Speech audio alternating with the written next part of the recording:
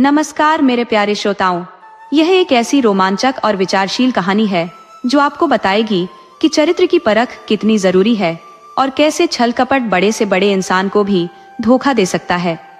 ये कथा त्रिया चरित्र के सबसे भयावह रूपों को उजागर करती है। आइए कहानी शुरू करते हैं। युगों पुरानी बात है।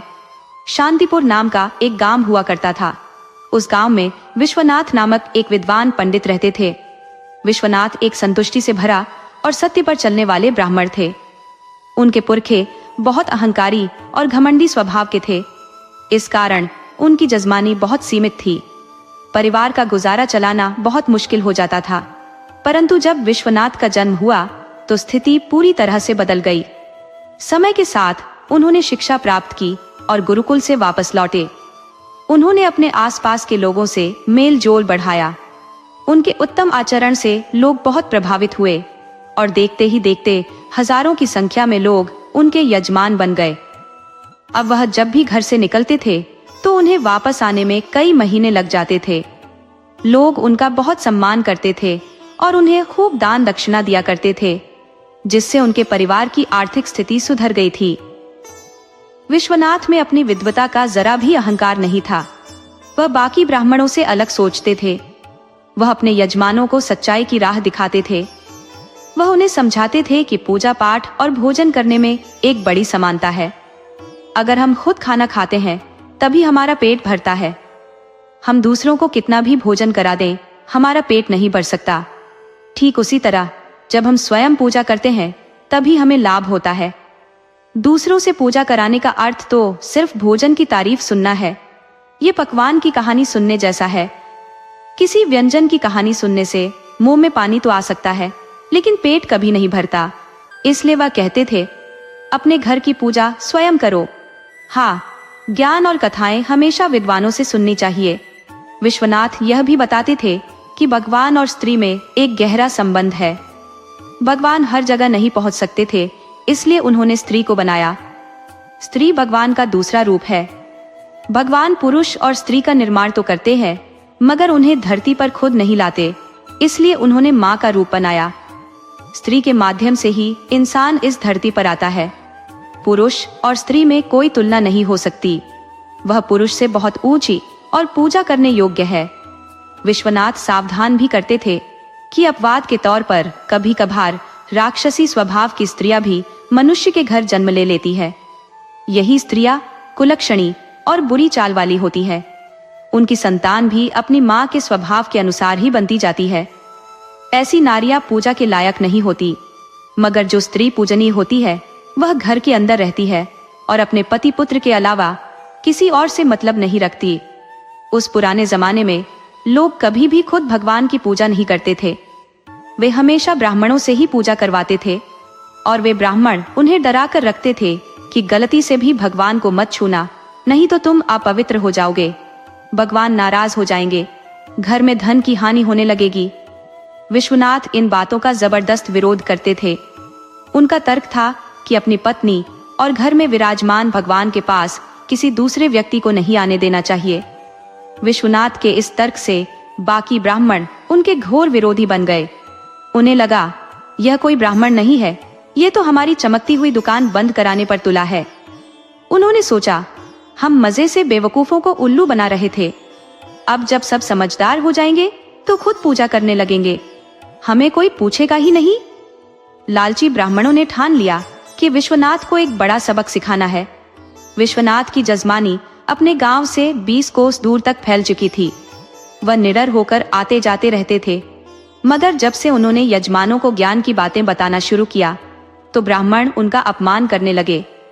जब वह किसी रास्ते से गुजरते तो लालची और घमंडी लोग उन पर सड़े हुए टमाटर फेंकते, गंदगी फेंकते और यहाँ तक कि पेशाब भी फेंक देते। विश्वनाथ को बार बार स्नान करना पड़ता और शरीर की शुद्धि करनी पड़ती। इतने अपमान सहने के बाद भी उन्होंने अपना अभियान और तेज कर दिया। वह लोगों को लालची, पाखंडी और घमंडी ब्राह्मणों से दूर रहने की सलाह देने लगे। उन्होंने यह भी स्पष्ट किया कि विद्वता किसी की पुश्तैनी संपत्ति नहीं है। सभी मनुष्य एक समान है। जिसने भी विद्या ग्रहण की है वही विद्वान है। विद्वान के कोई अलग से सींग या पूंछ नहीं होते। उन्होंने लोगों से मूर्खता छोड़कर जागरूक बनने और पाखंडियों का बहिष्कार करने को कहा। जब यह बात दूसरे गांव के पंडितों को पता चली तो उन्होंने धोखे से विश्वनाथ को अपने गांव कथा सुनाने के लिए बुलाया। जब विश्वनाथ उस गांव पहुंचे तो अहंकारी ब्राह्मणों ने उन्हें चारों तरफ से घेर लिया और पकड़ लिया। उन्होंने विश्वनाथ को बहुत मारा पीटा, उनके सिर के बाल मुंडवा दिए और कपड़े फाड़ डाले। उन्होंने अपनी दुष्ट चरित्र वाली स्त्रियों से उनका अपमान भी करवाया। विश्वनाथ को गद्दे पर बैठाकर पूरे गांव में घुमाया गया। उन्होंने चेतावनी दी कि अगर वह फिर कहीं दिखाई दिए तो वे उन्हें जान से मार देंगे। उन्होंने कहा, तुमने हमारे पेट पर लात मारी है।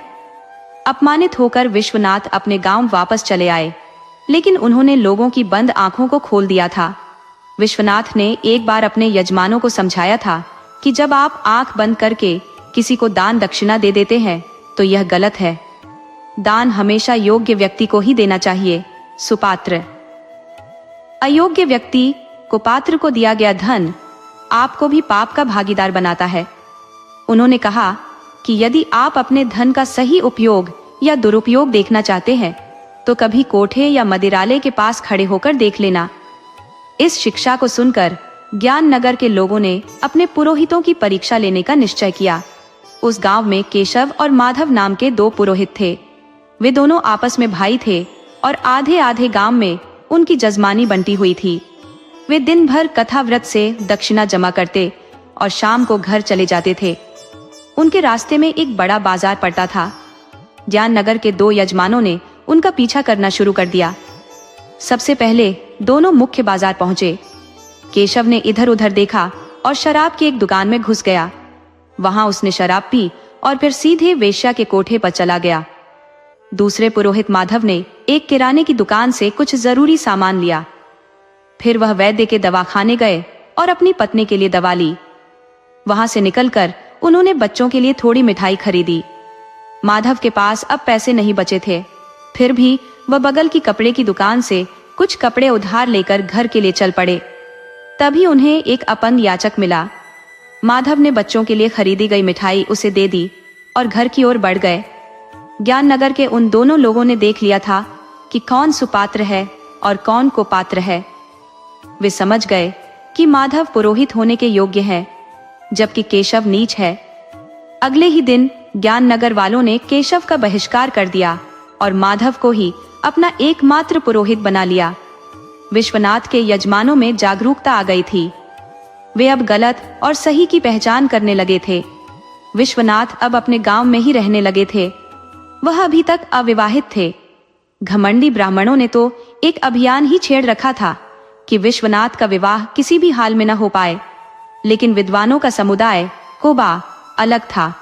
उन्हें किसी की सलाह की जरूरत नहीं थी। पंडित माधव ने अपनी बेटी का विवाह विश्वनाथ के साथ करा दिया। विश्वनाथ बहुत संतोष के साथ अपने गांव में रहने लगे। इस तरह 25 साल बीत गए। तब उनकी पत्नी ने सलाह दी कि अब आपको तीर्थ यात्रा भी कर लेनी चाहिए। उन्होंने कहा कि संयम और नियम से रहने वाले ब्राह्मण को सभी तीर्थ अवश्य करने चाहिए। विश्वनाथ ने भी सोचा कि जीवन में एक बार तीर्थ यात्रा कर लेना जरूरी है। बहुत सोच विचार के बाद उन्होंने पत्नी से आज्ञा ली और तीर्थ के लिए निकल पड़े। पत्नी ने उन्हें समझाया कि आप किसी भी परिस्थिति में अपना संयम मत खोना। उन्होंने कहा कि ब्राह्मण और संत की असली पूंजी उसका चरित्र होता है। वे संयम और नियम का पालन करके ही प्रसन्न रहते हैं। विश्वनाथ बोले, तुम यह क्या कह रही हो? क्या मैंने कभी कोई गलत कार्य किया है? तब उनकी पत्नी बोली, नहीं, आपने कोई गलती नहीं की है। इसका कारण यह रहा कि मैं आपके साथ रही हूँ। अब आप अकेले जा रही हैं।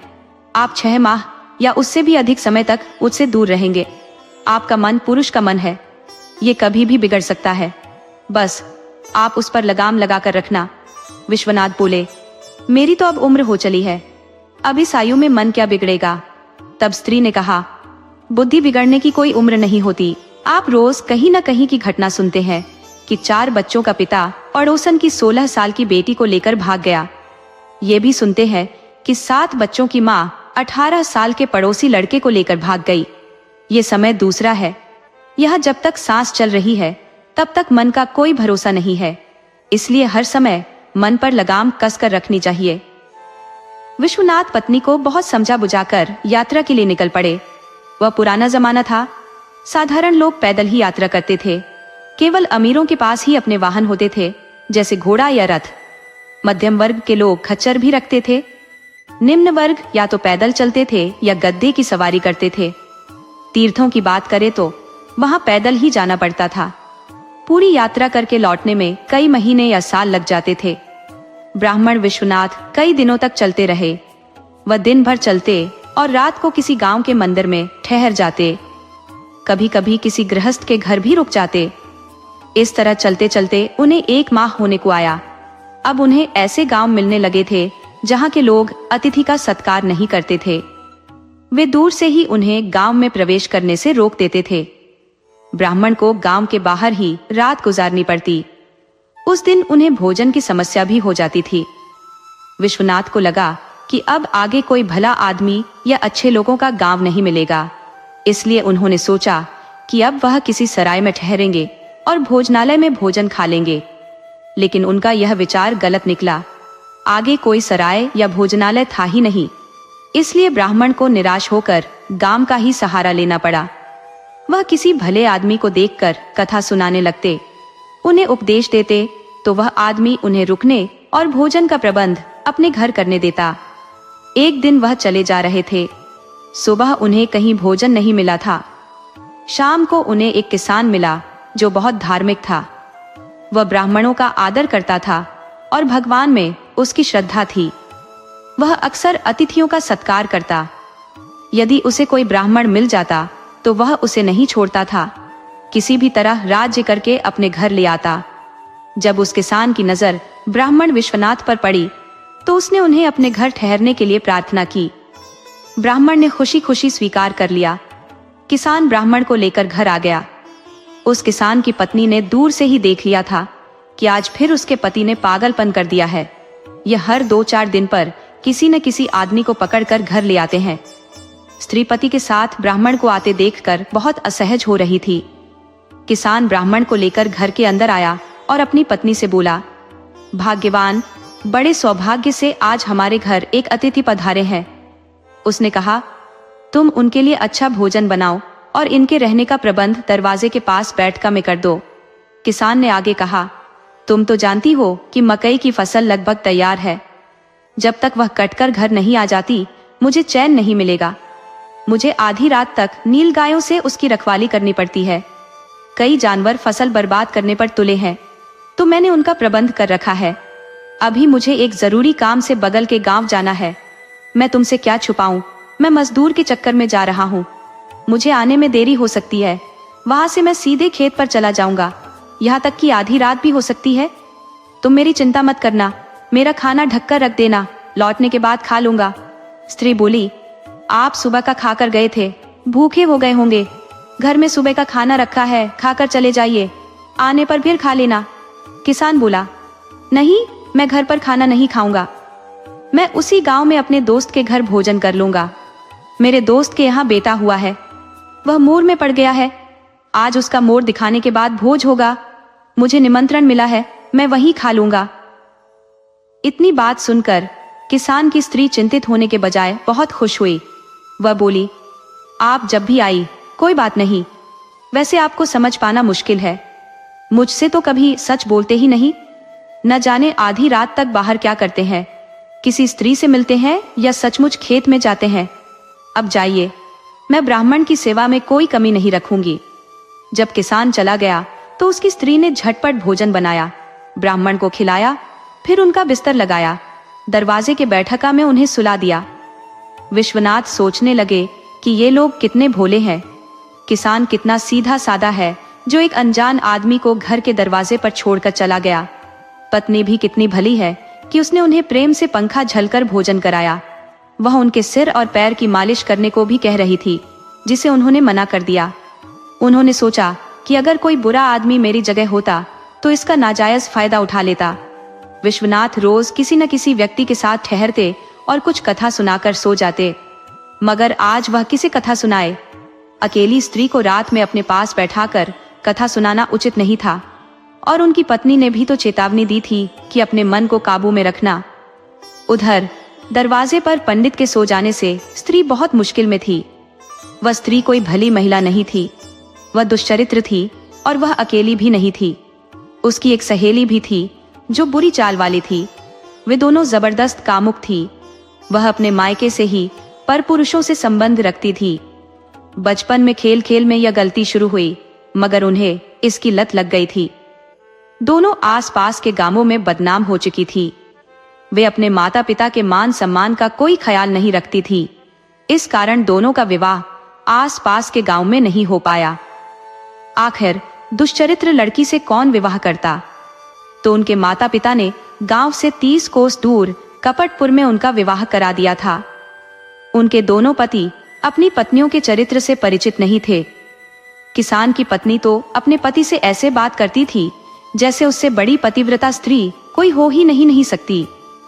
किसान अपनी पत्नी को कभी कभार ही समय दे पाता था, जबकि वह स्त्री रोज की नशेड़ी थी। उसे हर हाल में रात को एक पुरुष चाहिए था। वह कोई भी हो, उसे फर्क नहीं पड़ता था। किसान यह बात नहीं जानता था। ब्राह्मण विश्वनाथ को नींद नहीं आ रही थी।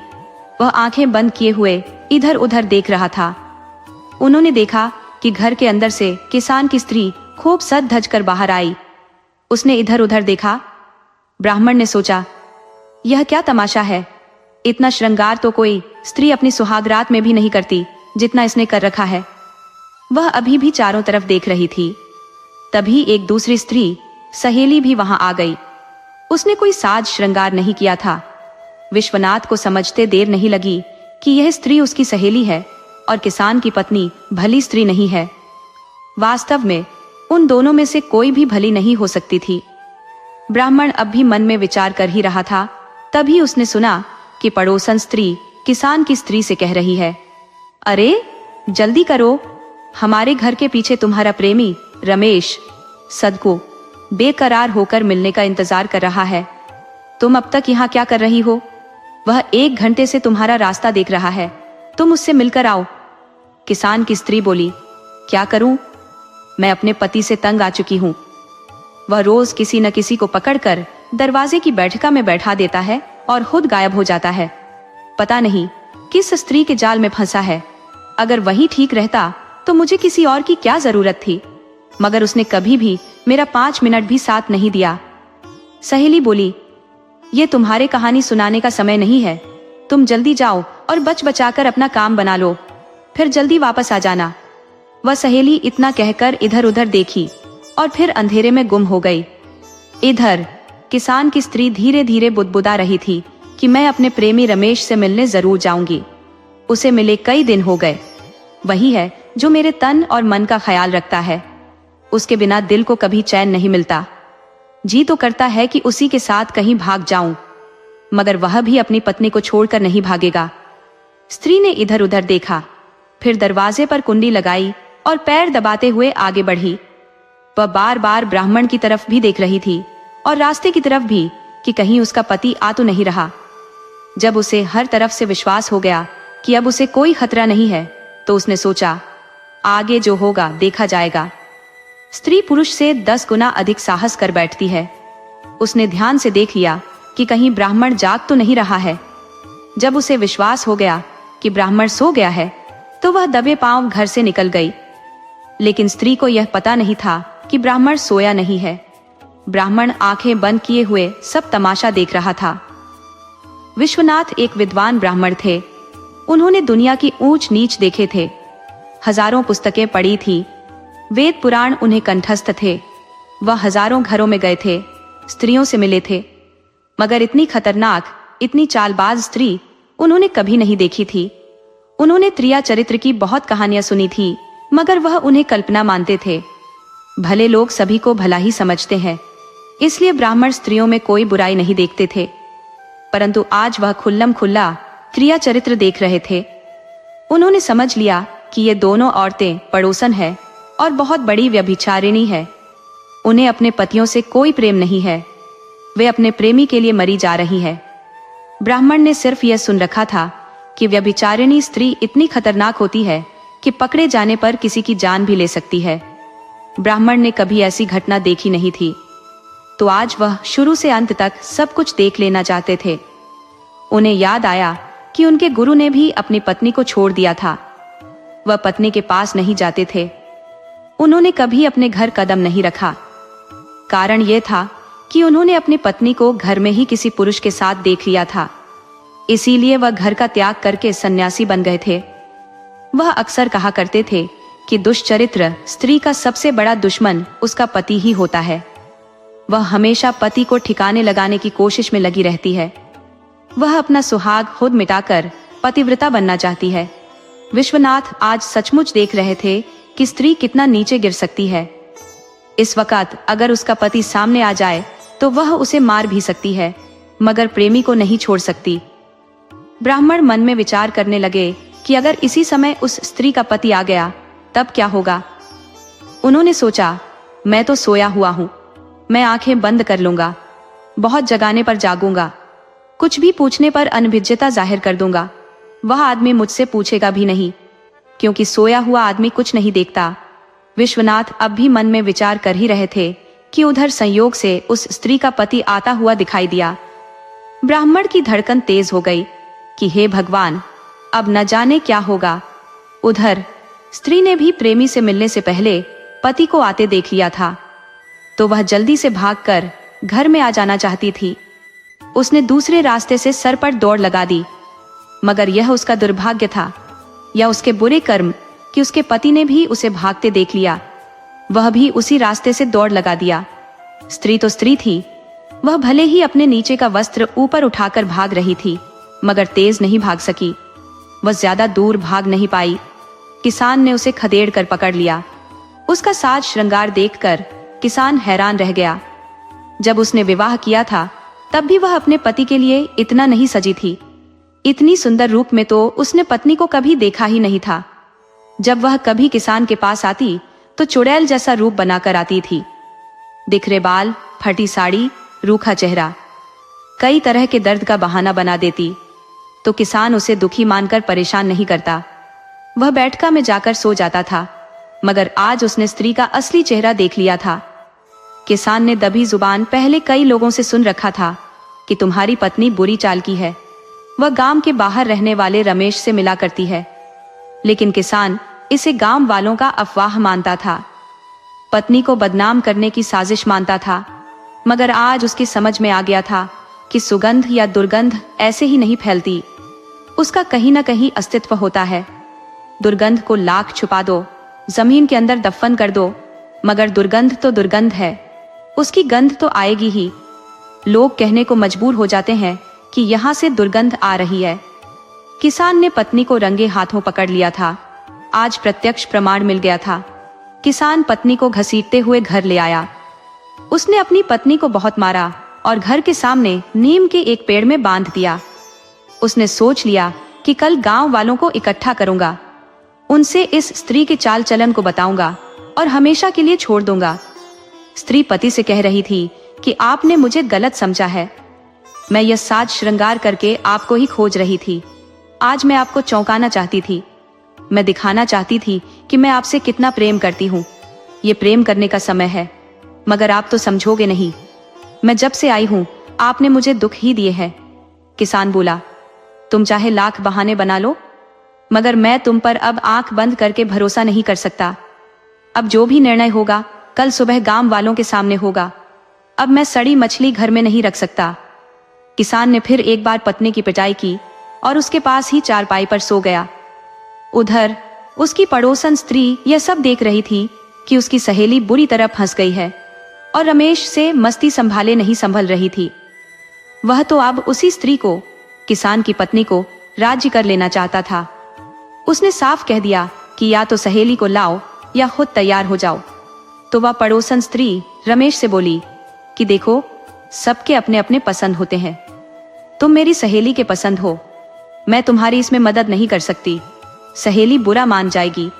हाँ, मैं उसे लाने का प्रयास करती हूँ। वह जब सहेली के घर आई तो वहां का नजारा देखकर हैरान रह गई। यह तो देख लिया था कि उसका पति उसे उठा ले गया है, मगर पेड़ में बांध दिया है, यह नहीं सोची थी। उसने सोचा सहेली को त्रिया चरित्र करना आया ही नहीं तो वह किसी भी तरह पति को मना लेती। स्त्री का आंसू बहुत बड़ा हथियार होता है, उसका उपयोग करती। खैर, अब फंस चुकी है तो इसे अब बचाना है। वह सहेली के पास आई और इधर उधर देखा। उसने ब्राह्मण विश्वनाथ की तरफ देखा। ब्राह्मण भी सोए सोए तमाशा देख रहे थे, और जब वह स्त्री उनकी तरफ देखी तो ब्राह्मण जोर से खर्राटे लेने लगे। स्त्री ने समझ लिया कि वह गहरी नींद में है। उसने सहेली के पति किसान की तरफ देखा तो वह निढाल पड़ा था। वह जैसे घोड़ा बेचकर सो गया था। तो वह स्त्री अपने सहेली के बंधन खोल दी और सहेली के कान में फुसफुसाई, मूर्ख, तुम बुरी तरह फंस चुकी हो, मगर तुम्हारा प्रेमी तुम्हारे बिना मरा जा रहा है। तुम उसकी गर्मी शांत करने के लिए जाओ, लेकिन इससे पहले मुझे इस पेड़ में बांध दो, ताकि कहीं तुम्हारे मूर्ख पति की नींद खुले और वह आंख उठाकर देखे तो एक स्त्री पेड़ में बंधी हुई नजर आनी चाहिए। उसने किसान की स्त्री से कहा, फिलहाल तुम मुझे इस पेड़ में बांध दो और जल्दी अपने प्रेमी से मिलकर आओ। तब बंधी हुई स्त्री अब किसान की पत्नी ने पूछा, क्या तुम अपने प्रेमी से मिलाई? तब सहेली बोली, हाँ, मैं अपने प्रेमी से एक बार मिली हूं, मगर मेरे अरमान अभी पूरे नहीं हुए हैं। तुम वापस आओ तो फिर दोबारा जाऊंगी। देखो, तुम ज्यादा देर मत करना, जल्दी ही आना। अपनी मजबूरी प्रेमी को बता देना। उसे कहना कि वह रोज रोज की यह लुका छिपी खत्म करे, वह तुम्हें कहीं लेकर चला जाए। किसान की स्त्री बोली, उससे कई बार कह चुकी हूं, मगर आज आखिरी चेतावनी दे डालूंगी। किसान की स्त्री प्रेमी से मिलने चली गई। उधर किसान को एहसास हुआ कि कोई स्त्री फुसफुसाकर बात कर रही है। उसकी पत्नी कितना भी पैर दबाकर जा रही थी, फिर भी उसके पैरों के पायल के घुंघरू बज गए। वह घुंघरू की आवाज सुनकर जाग गया। उसने देखा तो उसकी पत्नी असल में पड़ोसन पेड़ में बंधी है। वह उससे बोला, अब पायल के घुंघरू बजाकर मुझे क्यों परेशान कर रही हो? अब मैंने भी सोच लिया है कि आज की गलती के लिए तुझे माफ कर दूंगा, मगर तुम्हें अपनी गलती स्वीकार करनी होगी। तुम अपनी गलती मान लो तो तुम्हें बंधन मुक्त कर दूंगा।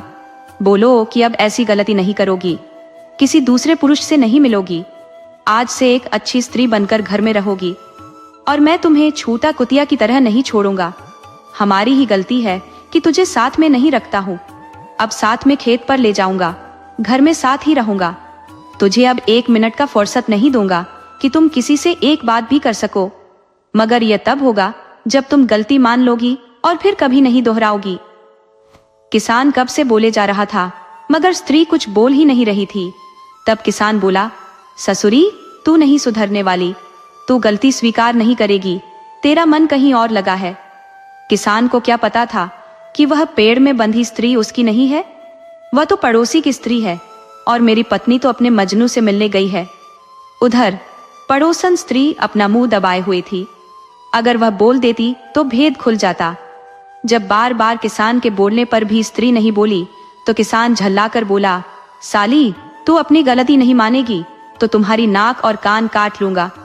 आखिर तुम्हें अपनी सुंदरता पर ही ना घमंड है, तेरे आशिक तेरे सूरत पर ही ना मरते हैं, तो न रहेगी सूरत, न उस पर भौंदरा मंडराएगा।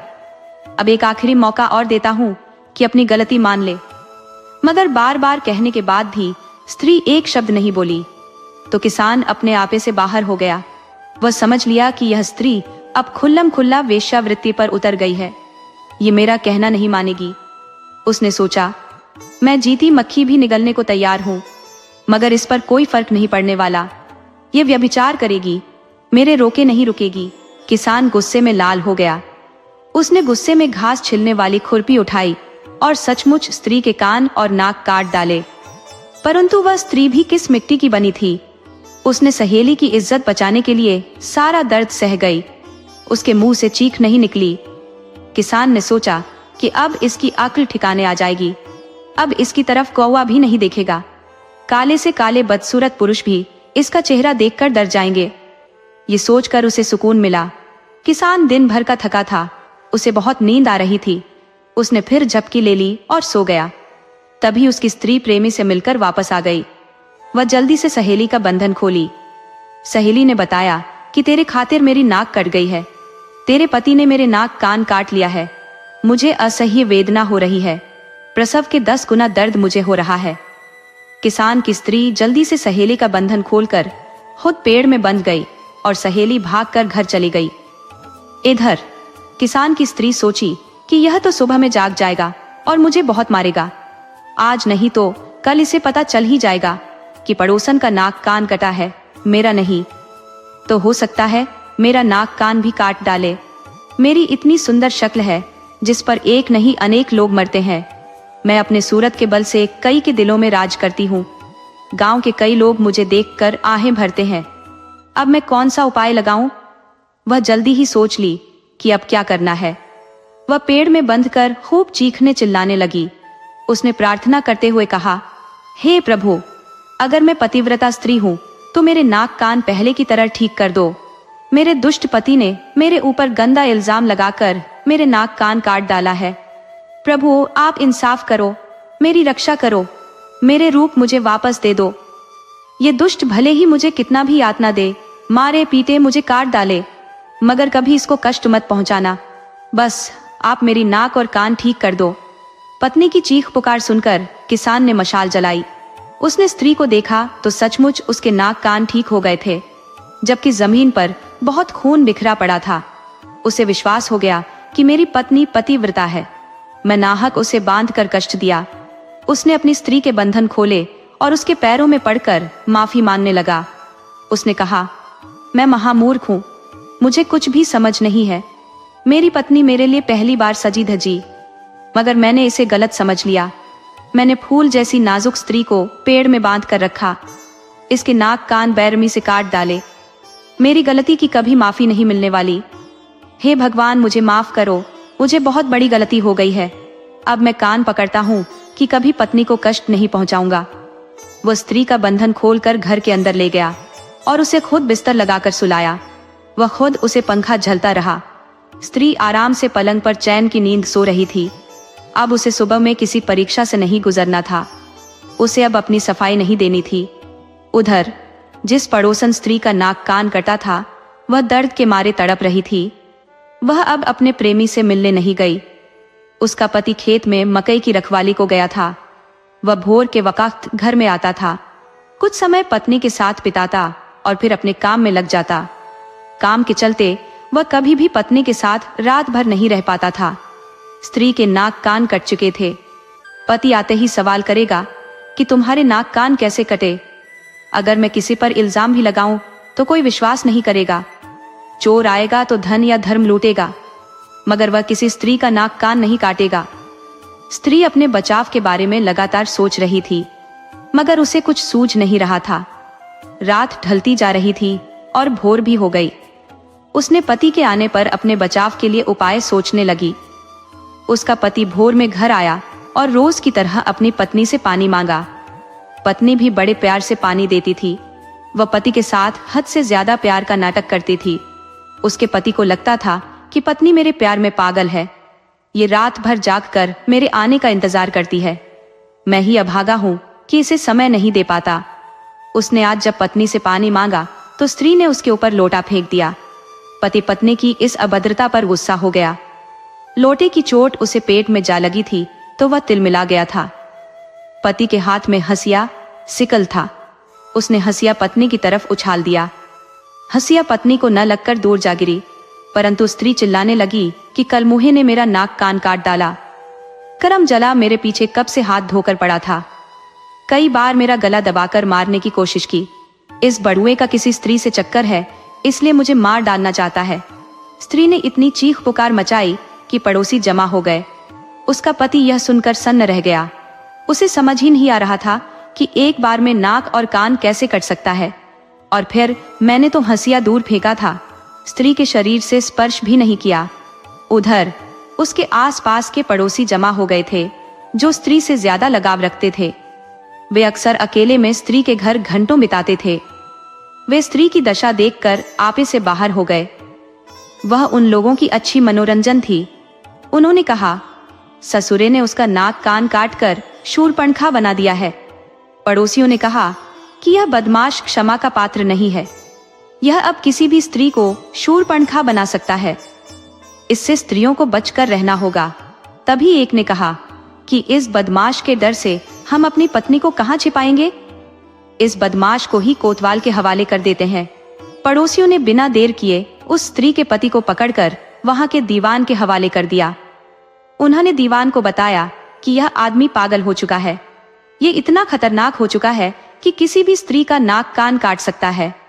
दीवान बोला, अरे बाप रे, ये तो वाकई खतरनाक आदमी है।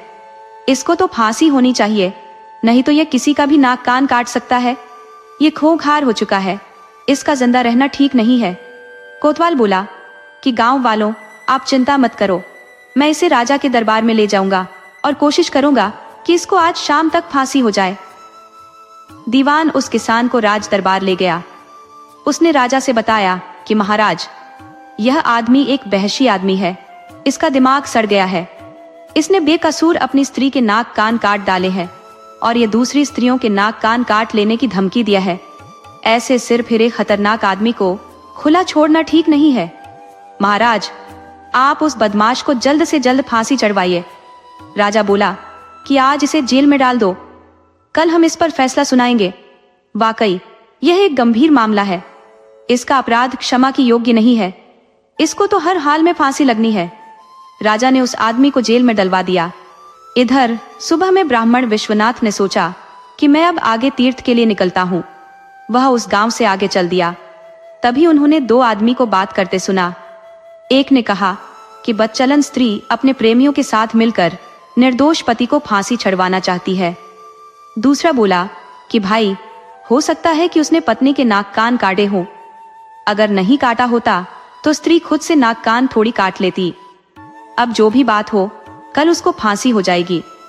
ब्राह्मण ने जब यह बात सुनी तो अपना इरादा बदल लिया। उन्होंने सोचा कि आगे तीर्थ करने से कोई लाभ नहीं होने वाला, जबकि मेरे सामने घटना घटित हुई है। मैं हर एक बात का गवाह हूँ, मैंने सब कुछ आंखों से देखा है। मुझे राजा के पास चलकर सच बता देना चाहिए। दूसरे दिन राज दरबार में दरबार लगा। राजा का फैसला सुनने को बहुत से लोग जमा थे। ब्राह्मण भी उस किसान के साथ राज दरबार में पहुंच गए थे। राजा ने कैदी किसान को दरबार में बुलवाया और पूछा कि तुमने अपनी पत्नी के नाक कान क्यों काट डाले? उसने क्या गलती की थी? क्या उसने किसी के साथ व्यभिचार किया था या उसे किसी और गलत काम में पकड़ा था? वह किसान बोला, नहीं महाराज, हमने तो अपनी पत्नी पर कभी कोई शक ही नहीं किया। मैं नहीं जानता कि उसके नाक कान कैसे कट गए, मैं खुद हैरान हूँ। राजा बोला कि इसका मतलब तुम नशे में था और नशे में पत्नी के नाक कान काट डाले। तुम बहुत खतरनाक आदमी है, नशा में तो तुम किसी का भी नाक कान काट सकता है।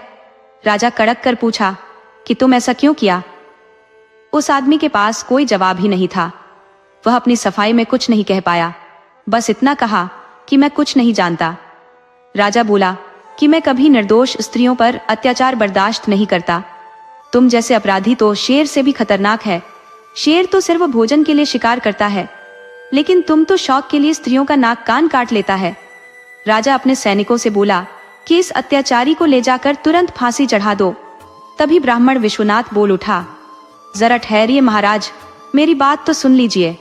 राजा बोला कि तुम कौन हो? क्षमा करें महाराज, विश्वनाथ बोले, मैं एक ब्राह्मण हूँ।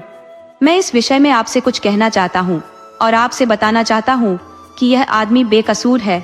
इसने अपनी पत्नी का नाक और कान नहीं काटा है। महाराज, आप खुद अनुमान लगाइए कि हंसिया फेंक देने से नाक और दोनों कान एक साथ कैसे कट सकते हैं, जबकि स्त्री यही कह रही है कि ये मेरे ऊपर हंसिया फेंक दिया था और मेरे नाक कान कट गए। राजा बोला, अरे हाँ, यह तो हमने विचार ही नहीं किया। अरे, हंसिया एक बार फेंकने से एक ही चीज कट सकती है, यानी स्त्री झूठ बोल रही है। ब्राह्मण बोला, हाँ महाराज, बिल्कुल सरासर झूठ बोल रही है। महाराज, मैं आपको पूरी कहानी बताता हूँ जो मैंने शाम से लेकर सुबह तक देखी है। जिसे आप फांसी चढ़ाना चाहते हैं, इसकी स्त्री महाव्यभिचारिणी है। वह त्रिया चरित्र में माहिर है। इसने अपने पति को अपने रास्ते से हटाने के लिए ये स्वग रचा है। इसके बाद ब्राह्मण ने राजा से रात को घटी पूरी कहानी विस्तार से बताई। उन्होंने समझाया कि असल में नाक कान तो मेरे साथ आए किसान ने ही काटा है, मगर यह उसकी पत्नी के नहीं बल्कि पड़ोसन के थे। फिर भी इसकी पत्नी उसका नाम क्यों नहीं ले रही है? इसकी कटी हुई नाक और कान तो किसान के नियम के पेड़ के नीचे पड़े हैं। वहाँ खून के निशान भी है, आप आदमी भेजकर पता लगवा लें। अब वह स्त्री बुरी तरह फंस चुकी थी, तो उसने राजा से बताया कि ब्राह्मण सत्य बोल रहे हैं। उसने स्वीकार किया कि वह अपनी सहेली की मदद करने में अपनी नाक कटा बैठी। उसने स्वीकार किया कि उसकी सहेली और वह खुद व्यभिचारिणी है। राजा बोला कि हमारे राज्य में व्यभिचार एक खतरनाक अपराध है। राजा ने सैनिकों को आदेश दिया कि दोनों स्त्रियों को जिंदा जमीन में दफन कर दिया जाए। दोनों किसानों को 10,000 सोने की मुद्राएं देकर घर भेज दिया जाए। ब्राह्मण विश्वनाथ राजा से बोले, महाराज, मैं एक सत्यवादी ब्राह्मण हूँ। मैं तीर्थ के लिए जा रहा था, परंतु मुझे रुकना पड़ा, क्योंकि पूरी घटना मैंने ही देखी थी, और अगर एक निर्दोष आदमी को फांसी हो जाती तो मेरी तीर्थ यात्रा का कोई मतलब ही नहीं रह जाता। अब सब कुछ सच बता चुका हूँ। वह निर्दोष आदमी भी बच गया है। अब दोनों किसानों का पीछा भी अपनी व्यभिचारिणी स्त्रियों से हमेशा के लिए छूट गया है, वरना वह कभी भी अपने पति को मरवा सकती थी। अब आप मुझे आगे की यात्रा की इजाजत दे। राजा ने मंत्री से बोला कि ब्राह्मण को 10,000 सोने की मुद्राएं दे दी जाए। राजा विश्वनाथ से बोले, ब्राह्मण देवता, आपने तो चलो धाम यहीं कर लिया, अब आगे जाने की क्या जरूरत है। मैं अब आपको अपने घर रथ से भिजवा देता हूँ, फिर कभी बाद में अपनी पत्नी के साथ तीर्थ कर लेना। ब्राह्मण ने भी घर लौटना स्वीकार कर लिया। राजा ने ब्राह्मण को घर भिजवा दिया। घर पहुंचकर ब्राह्मण की पत्नी ने पूछा कि आप 1 माह में सारे तीर्थ कैसे कराए। तब ब्राह्मण ने सामने घटी पूरी कहानी पत्नी को सुना दी और बोले कि भाग्यवान, हम अगले साल साथ में तीर्थ के लिए निकलेंगे। अगले साल आने पर दोनों पति पत्नी ने साथ में तीर्थ यात्रा शुरू की। वे रास्ते में किसी मंदिर या सराय में ठहरते हुए चलते रहे। इस तरह चलते चलते दोनों उस गांव में पहुंच गए जहां वह घटना घटी थी। वह किसान गांव से बाहर ही ब्राह्मण को मिल गया। उसने दौड़कर ब्राह्मण का स्वागत किया और ब्राह्मण को पत्नी के साथ अपने घर ले गया। विश्वनाथ सोच रहे थे कि किसान ने अब पुनः विवाह नहीं किया होगा, मगर घर जाकर हैरान रह गए। किसान ने विवाह कर लिया था, मगर वह स्त्री एक असहाय स्त्री थी। उसकी एक आंख नहीं थी और उसका एक पैर भी खराब था। किसान ने ब्राह्मण को बताया, ब्राह्मण देवता, अब यह मेरी स्त्री खुद मिट सकती है, मगर मुझे धोखा नहीं दे सकती। मैं पहले रूप पर मोहित होकर कुलक्षणी घर लाया था। किसी तरह मेरी जान बच गई, मगर अब मैं दावे के साथ कह सकता हूँ कि यह मेरी पत्नी मेरे लिए लक्ष्मी है। ब्राह्मण और ब्राह्मणी बोले कि आप सही कह रहे हैं। जिसे भी सुखी जीवन जीना है, उसे चमक दमक पर नहीं जाना चाहिए। किसान और किसान की पत्नी ने ब्राह्मण का 3-4 दिन तक खूब सत्कार किया। उसके बाद ब्राह्मण और ब्राह्मणी तीर्थ को निकल गए। किसान पत्नी के साथ अपने काम में लग गया।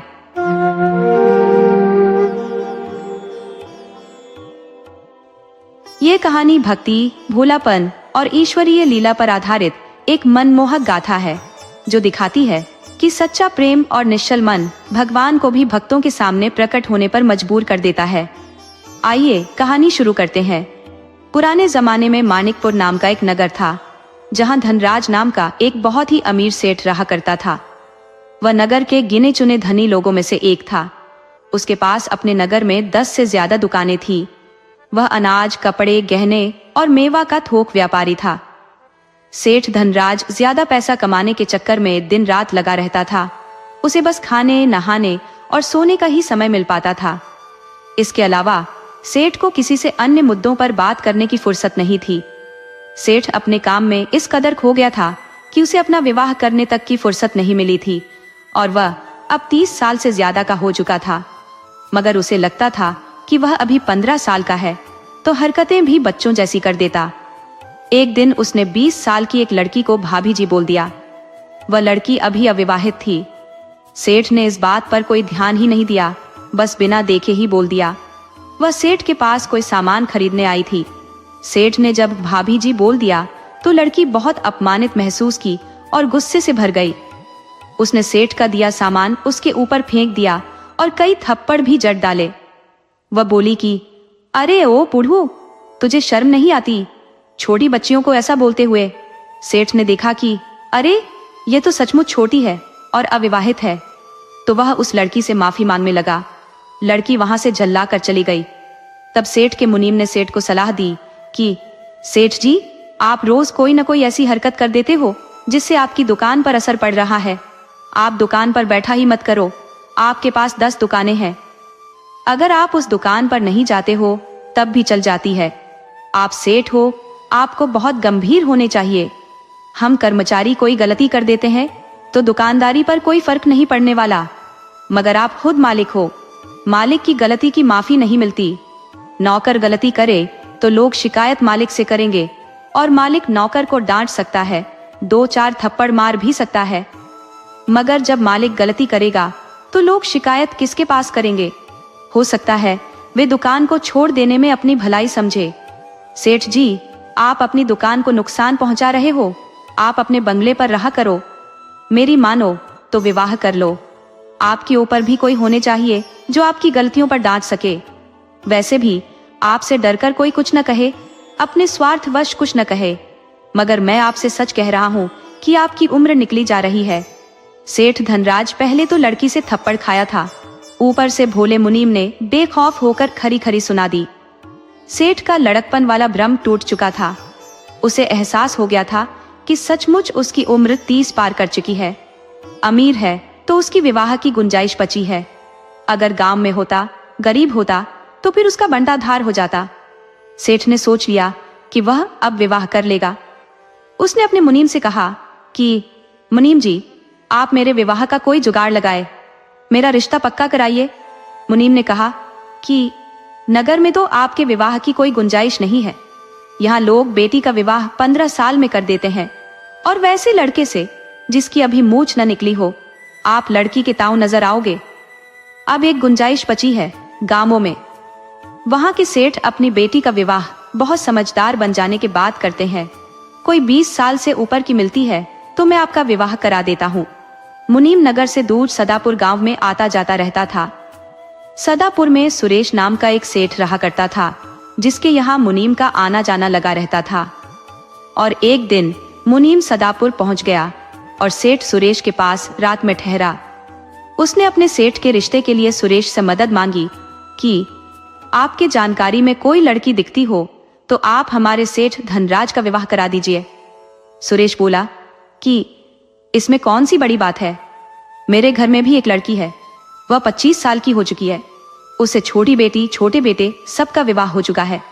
अब वे बाल बच्चेदार है, लेकिन वो कुंवारी है। मुनीम आश्चर्य से पूछा कि ऐसा क्यों? आपको तो उस लड़की का विवाह पहले करना चाहिए था।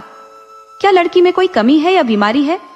तब सुरेश सेठ ने बताया कि लड़की मांगलिक है, उसका विवाह जिस किसी से होगा वह मुश्किल में फंस जाएगा, इस वजह से लड़की का विवाह नहीं हो पा रहा। तब मुनीम बोला कि तब फिर आप किस लिए मेरे सेठ को विवाह के लिए उपयुक्त समझते हो? आपकी बेटी से विवाह होते ही हमारा सेठ मर जाएगा। तब सुरेश बोला कि इसके निवारण का उपाय भी हमने पहले से पता करके रख लिए है। हमारे गांव के उत्तर तरफ एक जंगल है। उस जंगल में एक महात्मा जी निवास करते थे। अब वह समाधि ले चुके हैं। तो जब वह जंगल में रहा करते थे तब मैं अपनी नन्ही सी बेटी को लेकर गया था और बताया था कि महात्मन, आप इस बेटी पर कृपा कीजिए। पंडित बता रहे हैं कि मांगलिक है, तो इसका कोई निवारण का उपाय बताइए। तब महात्मा ने बताया था कि इस लड़की का जिस किसी से विवाह तय होगा, उस लड़के को अपनी मेहनत की कमाई से इस जंगल में एक मंदिर बनवाना होगा, एक कुआं खुदवाना होगा, मंदिर के साथ मुसाफिरों के ठहरने का प्रबंध होगा। उसके बाद वह आदमी इस लड़की से विवाह कर लेगा तो उसका बाल भी बाका नहीं होगा। उसकी रक्षा खुद ठाकुर जी करेंगे। अब कि आपके सेठ धनराज ने अपने खून पसीने से कमाकर धन इकट्ठा किया है, तो सेठ अपने पैसे से मंदिर का निर्माण कर फिर मेरी बेटी से विवाह कर सकता है। मुनीम बोला कि सुरेश भाई, आप बात ऐसे कर रहे हो कि किसी को प्यास लगी हो, उसे तत्काल पानी चाहिए, और आप उसे उस वक्त कुआं खोदकर पानी पीने का सलाह दे रहे हो। ऐसा विवाह हमारा सेठ स्वीकार नहीं करेगा। मंदिर बनवा देगा, कुआं भी खुदवा देगा, मगर वह अपने विवाह के बाद। आप नहीं जानते कि एक मंदिर बनवाने में कई साल लग जाते हैं, और सेठ अब 1 माह भी इंतजार नहीं कर सकता।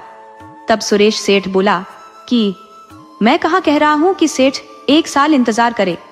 सेठ मंदिर का शिलान्यास कराकर एक मुश्त पैसा मंदिर बनाने वाले ठेकेदार को दे दे, फिर जब चाहे विवाह कर ले, उस पर कोई दोष नहीं आएगा। आप चाहो तो विद्वान पंडितों से समझ सकते हो। मुनीम बोला कि वैसे तो मैं अपने सेठ से बात करूंगा, मगर मुझे जरा भी विश्वास नहीं कि सेठ धनराज इस बात को कबूल करेगा। मुनीम माणिकपुर लौट आया तथा सेठ धनराज से बताया कि मैंने सदापुर गांव में सुरेश के पास आपके विवाह की बात तय कराया हूं, लेकिन उसमें एक समस्या है। मुनीम ने सारी बात धनराज को समझाया तो धनराज भड़क उठा कि यह क्या बात हुई, मुझे इस तरह के विवाह नहीं करने। इस संसार में क्या एक सुरेश सेठ की ही बेटी बची है? आप उसको छोड़कर बात करो या फिर विवाह की बात ही मत करो। मुनीम के बहुत समझाने पर धनराज बोला कि मेरे पुरोहित गुरुवर अगर कह देंगे कि इस तरह से विवाह करना ठीक है तो मैं कर लूंगा। जब गुरुवर को बुलाया गया तो बोले कि सेठ, आंख बंद कर विवाह करो, कहीं कुछ नहीं होने वाला। तुम 100 साल तक जिंदा रहोगे, तुम्हारा भाग्य प्रबल है, तुम पर कोई मांगलिक दोष आ ही नहीं सकती। हाँ, सेठ सुरेश ने जब एक महात्मा को मंदिर बनाने का वचन दिया है तो मंदिर बनवा देना। तुम बड़े सेठ हो तो अपने विवाह को यादगार बनाने के लिए मंदिर बनवा देना, और कोई बात नहीं है। गुरुवर की बात सुन सेठ धनराज तैयार हो गया तो जल्दी ही धनराज का विवाह सुरेश की बेटी से हो गया। धनराज एक सुंदर पत्नी पाकर खुश हुआ तथा तुरंत सदापुर के जंगल में एक भव्य मंदिर बनाने का काम जारी करा दिया। 2 साल में एक बड़ा मंदिर बनकर तैयार हो गया। अब वह मंदिर एक बहुत सुंदर ठाकुर जी का मंदिर था। मंदिर के पास बहुत सारी जमीन, बाग बगीचा और 101 गायों का गौशाला भी बनकर तैयार था। अब समस्या थी उसमें एक पुजारी रखने की, तो इस मामले में भी सेठ को कोई परेशानी नहीं हुई। गुरुवर का एक साला जिसका नाम रतिपाल था उस मंदिर के पुजारी बनने को तैयार हो गया, तो सेठ ने खाने पीने रहने का प्रबंध उस मंदिर पर करा दिया। अब उस मंदिर का पुजारी कहिए या महंत कहिए, रतिपाल ही था। रतिपाल धूर्त किस्म का आदमी था। उसे खुद तो मंदिर पर रहना अच्छा लग रहा था, मगर किसी मुसाफिर को मंदिर के विश्राम गृह में ठहरने नहीं देना चाहता था। अब मंदिर बड़ा था तो वहां कोई न कोई 1-2 साधु पहुंचते रहते थे, तो वह दिन में थोड़ा बहुत प्रसाद बांट देता और उन्हें वहां से चलता कर देता। जब कोई साधु ठहरने की बात करता तो रतिपाल उसे भूत प्रेत की झूठी कहानी सुनाकर भगा देता। अब लगभग सभी लोग जान गए थे कि जंगल वाले नए मंदिर पर भूत प्रेत का वास है, वहां किसी को भी रात में ठहरना उचित नहीं है, तो लगभग सभी आसपास के गांव वाले उस मंदिर से दूरी बना लिए थे। अब कोई साधु संत भी वहां नहीं जाता, तो रतिपाल अकेले मस्ती में रहा करता। लेकिन एक दिन सेठ ने वहां 15 गायें भिजवा दी। वहां एक गौशाला बना था, वह खाली पड़ा था, तो सेठ के अनुसार वहां गायों की जरूरत थी तो पहुंचवा दिया।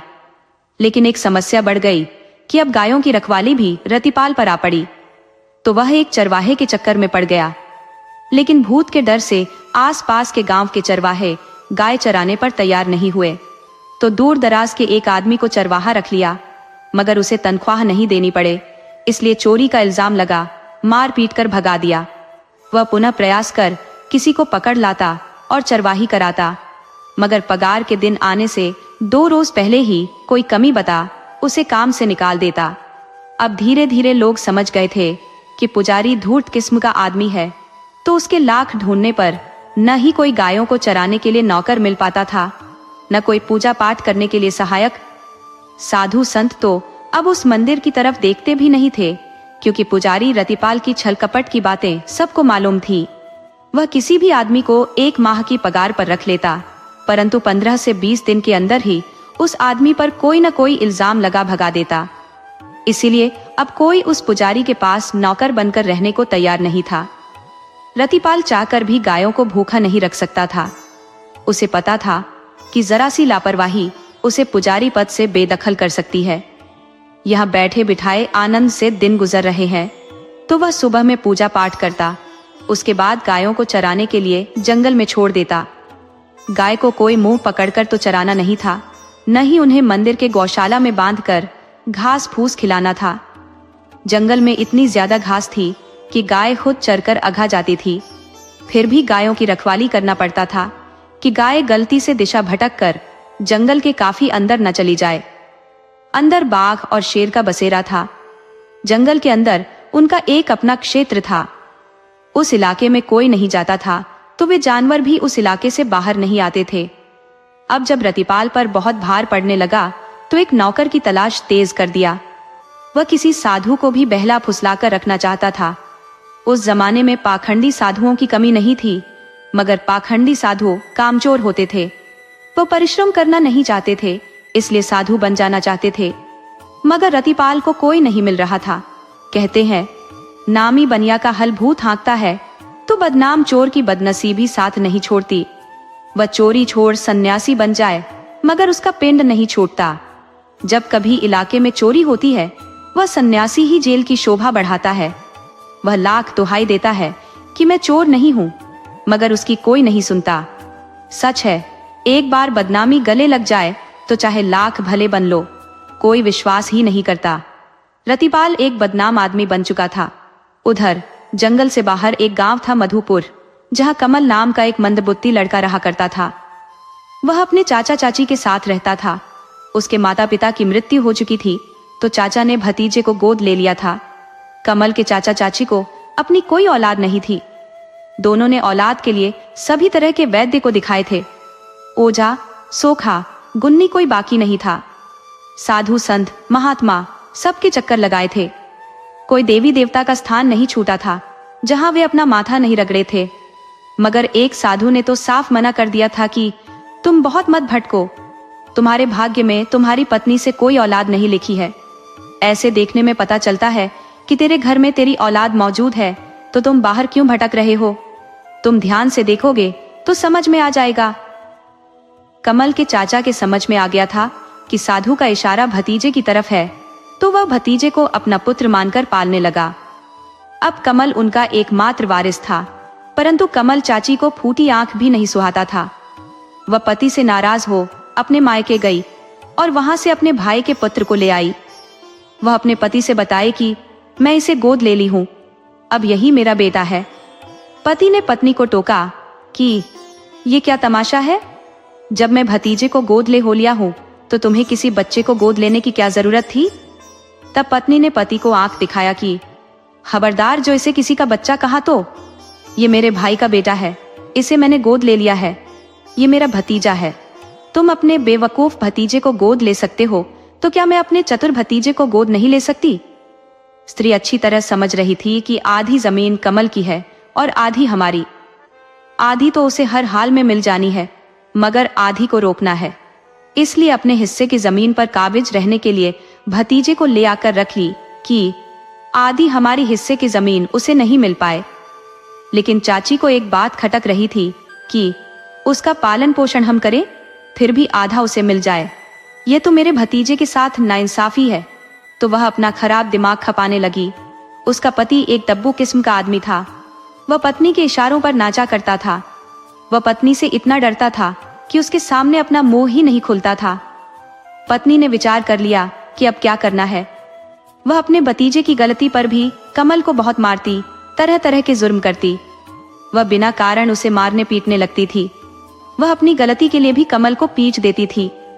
एक दिन चाची के हाथ से चाचा का खाना छूटकर गिर गया, तो इस बात के लिए चाची ने कमल को डंडे से पीट दिया, उसे घर में बंद कर दिया और खाना भी नहीं दिया।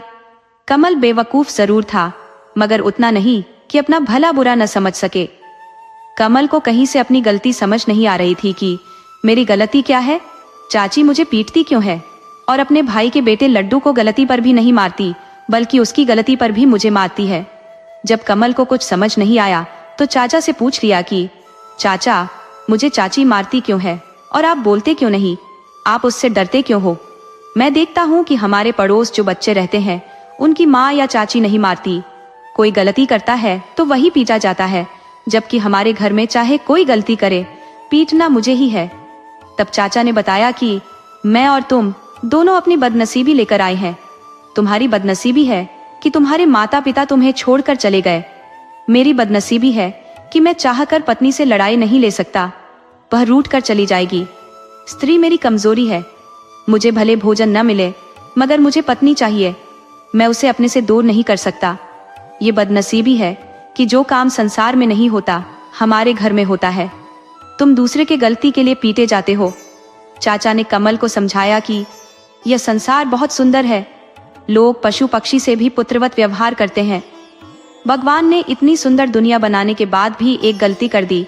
वह तेरी चाची को बना दिया और उसमें राक्षसी की आत्मा डाल दिया। दरअसल तुम्हारी चाची पूर्व जन्म की एक राक्षसी है। वह एक दिन तुम्हें खा जाएगी और मैं चाहकर भी तुम्हें नहीं बचा पाऊंगा। इसीलिए तू आज रात में ही कहीं भाग जा। तुझे कहीं कोई नहीं मारेगा, तुम्हें सिर्फ प्यार ही प्यार मिलेगा। कमल बोला कि यदि मुझे कोई मारने वाला नहीं मिलेगा तो वहां तो खुशी खुशी रह लूंगा। कमल चाचा की बात सुन चुपके से आधी रात में घर से निकल गया।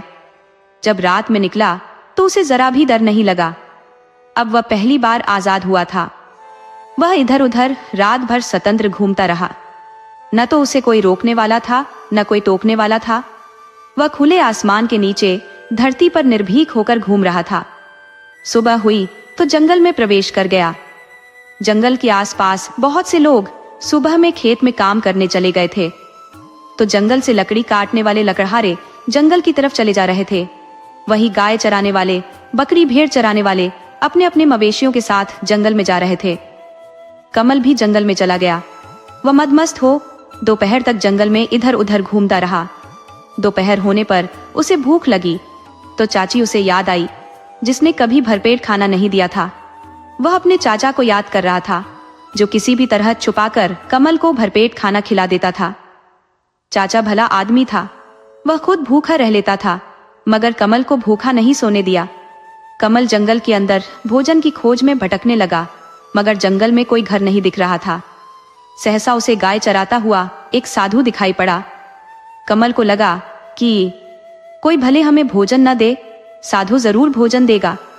उसने अपने गांव में साधुओं को देखा था कि कभी कभी 2-4 साधु गांव में आते थे और बच्चों को मिठाई और भोजन देते थे।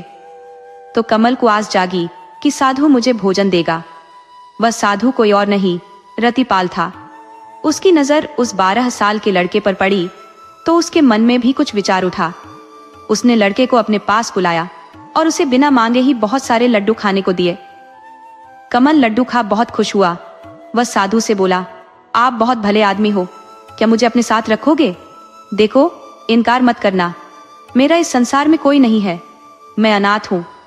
ये कहकर कमल रोने लगा तो रतिपाल बोला कि अरे बेटा, रो क्यों रहे हो? मैं हूं ना, मेरे रहते तुम अनाथ कैसे हो? मैं तुझे अपने साथ रखूंगा। उधर मन ही मन रतिपाल खुश था कि भगवान ने मेरे लिए एक सहायक भेज दिया है। इसे तो सिर्फ भोजन वस्त्र देना पड़ेगा, इसे तो पगार की जरूरत ही नहीं पड़ेगी। रतिपाल बोला कि बेटा, अवश्य तुम्हें अपने पास रखूंगा, परंतु इसके लिए तुम्हें कुछ काम करने होंगे। बस इन गायों को रोज जंगल में चराने होंगे। मैं तुम्हें गायों को चराना सिखा दूंगा। बदले में तुम्हें खाने को अच्छा खाना, पीने को भरपेट दूध दूंगा। मिठाई जितनी खा सको उतनी मिलेगी। पहनने को बहुत सारे नए वस्त्र भी मिलेंगे, मगर हम तुम्हें कोई पैसा नहीं दे पाएंगे। कमल बोला कि मुझे पैसे का क्या करना, बस आप मुझे खाना दे देना, वस्त्र दे देना। हाँ, मुझे दोपहर में भी भूख लगती है तो दोपहर में भी खाना दे देना। और एक बात कि आप कभी मुझे मारोगे नहीं। रतिपाल समझ गया कि यह लड़का बहुत सताया हुआ है, शायद किसी सौतेली स्त्री के पल्ले पड़ गया था। रतिपाल बोला, अरे बेटे, तुम्हें मारूंगा क्यों? आज से तू मेरा बेटा हुआ, अब मेरे साथ रहेगा। कमल चलते चलते रुक गया। वह साधु से बोला, मैं तुम्हारे साथ नहीं जा सकता, तुम्हारी पत्नी मुझे बहुत मारेगी, मुझे स्त्रियों से बहुत डर लगता है। रतिपाल बोला, बेटा, मैं जानता था कि स्त्री बहुत क्रूर होती है, वह बेटों को मारती है, इसलिए मैंने पत्नी को गांव में छोड़ दिया है। उसके पास आता जाता भी नहीं हूँ। मैं अकेले ही इस मंदिर में रहता हूँ और मस्त रहता हूँ। हाँ, एक बेटी है मेरी, वह तुम्हारी ही उम्र की है। कभी कभी मुझसे मिलने आती रहती है, मगर वह कभी मंदिर पर नहीं ठहरती। मंदिर पर और कोई स्त्री नहीं ठहरती। तब कमल बोला, यह ठीक है, मैं आपके साथ रह लूंगा, लेकिन किसी दिन आपको किसी स्त्री के साथ देख लिया तो उसी वक्त आपको छोड़कर भाग जाऊंगा। रतिपाल को सिर्फ हाँ में हाँ मिलाकर कमल को अपने पास रखना था। रतिपाल ने मंदिर पर ले जाकर कमल को पहले अच्छा खाना खिलाया, अच्छे वस्त्र दिए तो कमल का रोम रोम खिल उठा। 12 साल की जिंदगी में न तो उसे कभी अच्छा खाना मिला था, न कभी पहनने को नया वस्त्र। वह रतिपाल पर बहुत खुश हुआ कमल रतिपाल के साथ रहने लगा।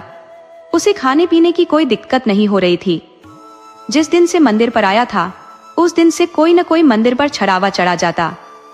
रतिपाल इस बात से आश्चर्यचकित था कि जब से वह आया था तब से कोई मंदिर पर चढ़ावा लेकर नहीं आता था।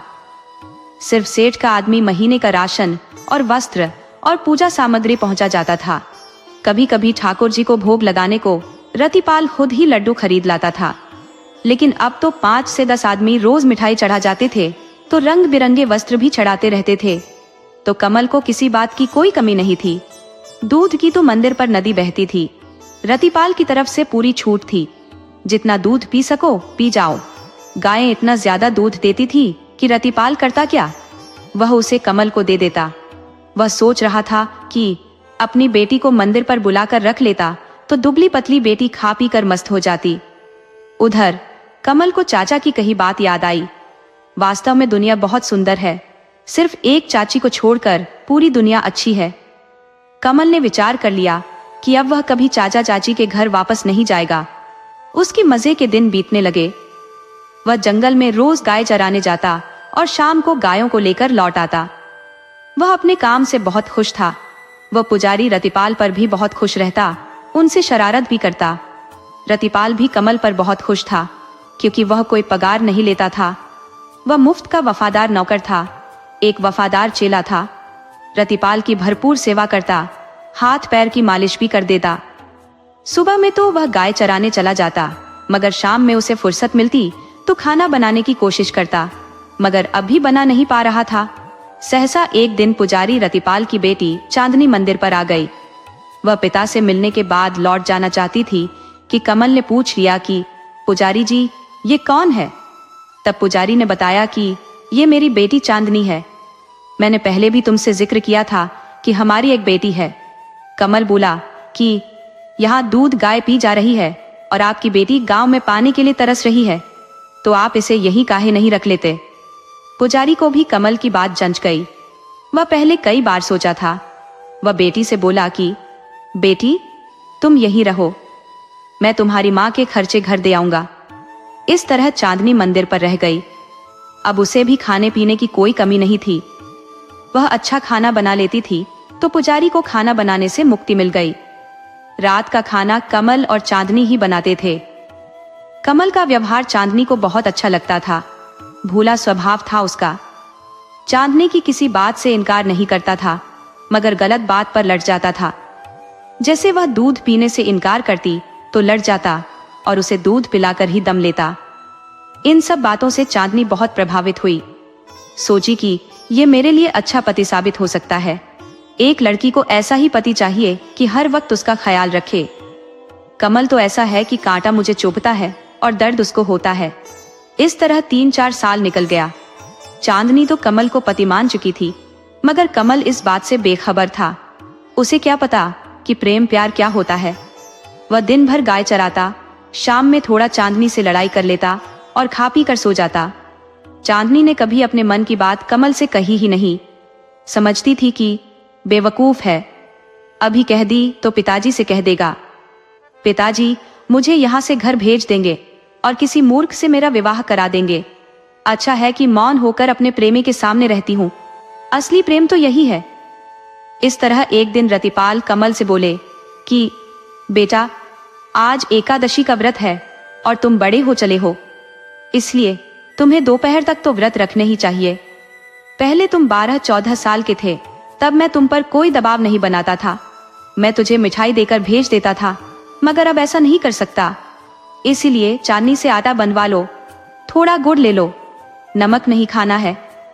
वैसे चाहो तो आलू ले सकते हो। तुम दोपहर में कंडे इकट्ठा कर लिट्टी बना लेना। उसके बाद जंगल में ही स्नान ध्यान कर ठाकुर जी को भोग लगा लेना। तुम एक ठाकुर जी की मूर्ति भी साथ लेते जाओ। तुम एक बात का विशेष ख्याल रखना कि जब ठाकुर जी भोग पालेंगे तब तुम लिट्टी को खा लेना। कमल चांदनी की तरफ देखकर बोला कि तुमने सुना कि पुजारी जी क्या कह रहे हैं? तुम फटाफट वह सामान मुझे दे दो। चांदनी के लिए यह सभी सामान बांधना बाईं हाथ का खेल था।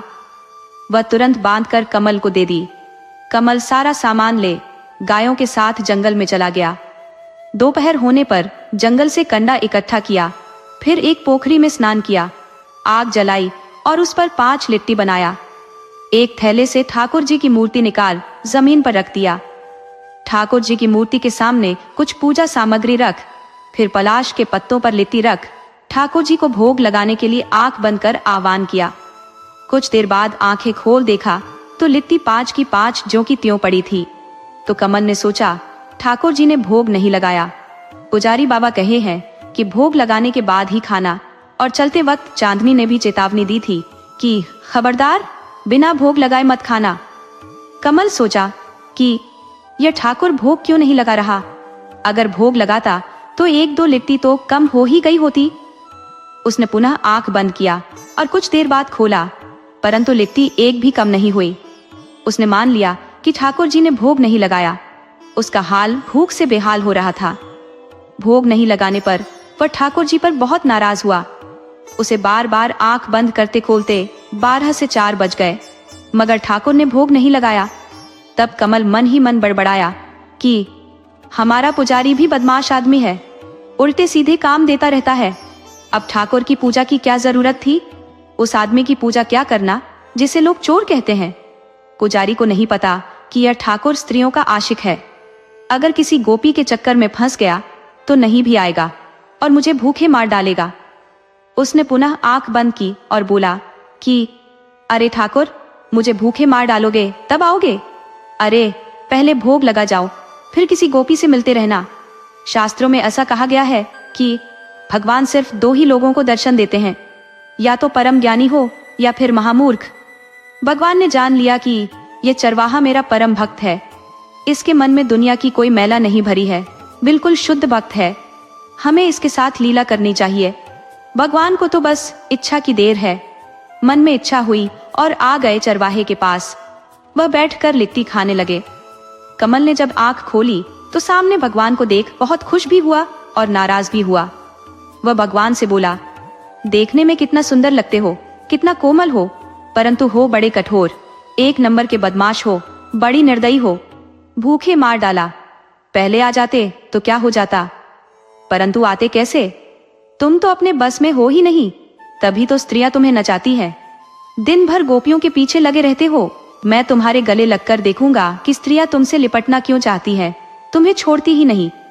उसने खाने की तरफ देखा तो बोला, अरे रे, ये क्या कर दिया? 4 लिट्टी खा गए और मेरे लिए सिर्फ 1 छोड़ दिया। बड़ी नटखट हो। अरे एक भी मेरे लिए छोड़ दो। भगवान बोले, गजब आदमी हो, भोग लगाकर मुझे बुलाते भी हो और भरपेट खाने भी नहीं देते। लोग कहते हो तो आज 1 लिट्टी छोड़ देता हूँ, परंतु अगली बार मुझे भरपेट खाना खिलाना। कमल ने उन्हें छूकर देखा और बोला, बड़ी मुलायम हो, जी चाहता है गले लग जाऊं, परंतु तुम्हारे कपड़े खराब हो जाएंगे। मेरे कपड़े गंदे हैं, मैं चरवाहा जो ठहरा। तुम्हारे कपड़े में धूल लग जाएगी तो तुम्हें गोपियां गले नहीं लगाएंगी। तब भगवान ने कमल को जबरदस्ती गले लगा लिया। फिर अपने कपड़े झाड़ते हुए बोले, कर दिया ना मेरे कपड़े खराब, अब अगली बार नए कपड़े पहन कर आना और भी अच्छी तरह गले लगाऊंगा। भगवान इतना कह अंतर ध्यान हो गए। कमल मन मसोस कर 1 लिट्टी खाया, परंतु उससे उसका पेट नहीं भरा। सुबह में कुछ नहीं खाया था, दोपहर में भी कुछ नहीं मिला, और शाम होने पर ठाकुर ने भोग लगाया तो सब खा गया, 1 छोड़कर। वह शाम को मंदिर पर वापस आया तो रतिपाल पर बहुत नाराज हुआ। आप मुझे चोर भगवान को भोग लगाने को देते हो और वह सारा भोजन खा जाता है। आइंदा मुझे उल्टा सीधा काम मत देना।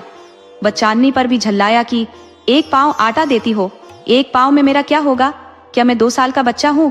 चांदनी बोली, नाराज मत हो, अब कभी एकादशी पड़ेगी तो तुम्हें 5 सेर आटा बांध दूंगी, खा लेना भरपेट। इस तरह 15 दिन बाद पुनः एकादशी आई तो पुजारी ने फिर कहा कि देखो बेटे, आज फिर एकादशी है, आज भी तुम्हें जंगल में ही दोपहर तक व्रत रहना पड़ेगा। उसके बाद ठाकुर जी को भोग लगाकर फिर खाना पड़ेगा। कमल ने कहा, हमें नहीं रहना एकादशी, दिन भर भूखे रहो। बड़ी मान मनोवल के बाद तो ठाकुर आता है, ऊपर से सारी लिट्टी खुद खा जाता है, मेरे लिए 1 छोड़ता है। पुजारी ने सोचा, मूर्ख है, कोई दूसरा आदमी इसकी लिट्टी खा गया होगा तो बकवास कर रहा है। इसे भगवान दिखने लगे हैं। बड़े बड़े महात्मा का शरीर गल गया भगवान को पाने में, और चरवाहे को भगवान दिखते हैं। पुजारी बोले, ऐसा करो, आज ज्यादा आटा ले लो और ज्यादा लिट्टी बना लेना। तब कमल बोला, नहीं, मुझे नहीं जाना, मुझे खाना ही दे दो। तब चांदनी बोली कि ज्यादा नाटक मत करो, चुपचाप आटा लेकर जाओ। चांदनी के डांटने पर कमल भनभनाते हुए आटा और ठाकुर जी की मूर्ति लेकर गाय चराने चला गया।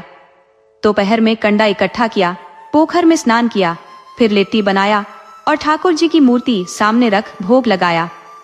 इस बार उसने 12 लिट्टी बनाया था। उसके आंख बंद करते ही ठाकुर जी पधार गए, परंतु उनके साथ में 4 गोपिकाएं थी। भगवान भक्त को उसी रूप में दर्शन देते हैं जिस रूप को वह सोच रखा होता है। कमल ने सोच रखा था कि भगवान तो हमेशा गोपिकाओं के बीच में रहते हैं, तो वे गोपिकाओं के साथ पधारे, और आते ही सभी लिट्टी पर टूट पड़े। कमल भनभनाता रह गया कि ये क्या तमाशा है, मैं ठाकुर को भोग लगाता हूँ कि गोपिकाओं को?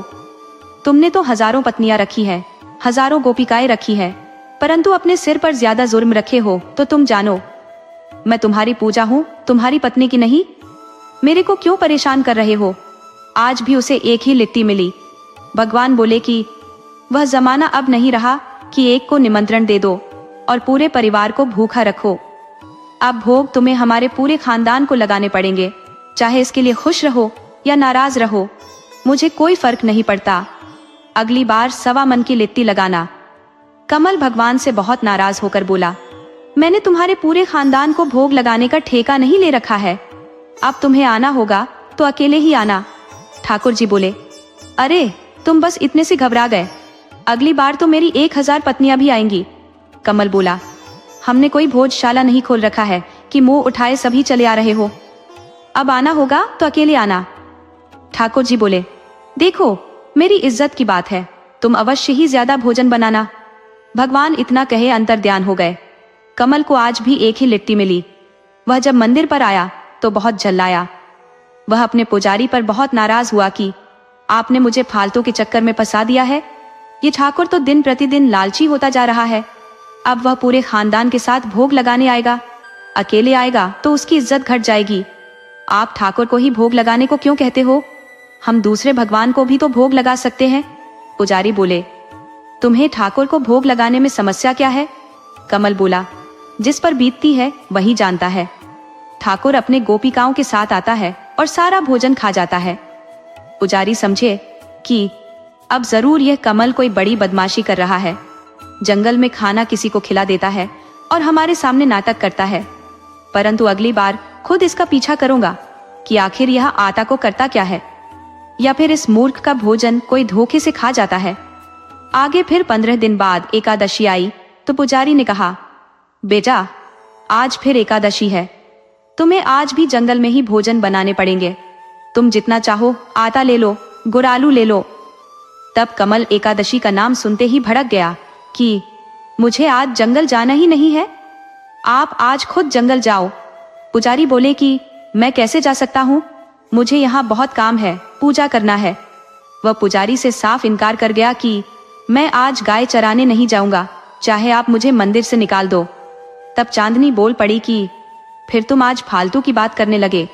अरे तुम्हें जितना सामान चाहिए ले जाओ, मगर जाओगे क्यों नहीं? मुझे पता है मिठाई के लिए तेरे पेट में दर्द होता होगा, तो उसे भी अलग से 2 सेर लेते जाना। कमल ने आनाकानी करते हुए एक बोरी में आटा, गुड़, आलू ले लिया, फिर 5 सेर मिठाई ले लिया और जंगल चला गया।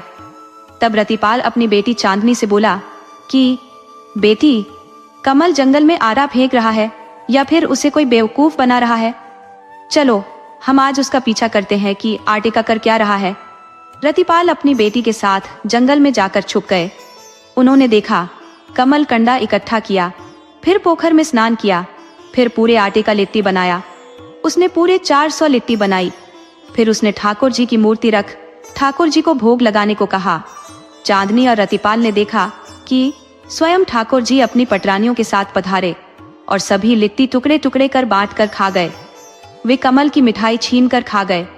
आज तो कमल के लिए कुछ नहीं बचा। कमल दूर खड़ा भनभना रहा था। उधर रतिपाल बेटी के साथ दौड़ते हुए आए और कमल के पैर पकड़ लिए और बोले, हे गुरुदेव, आप साक्षात नारायण का दर्शन कर लेते हो। और मुझे तो ठाकुर जी की तस्वीर भी सपने में भी नहीं दिखी।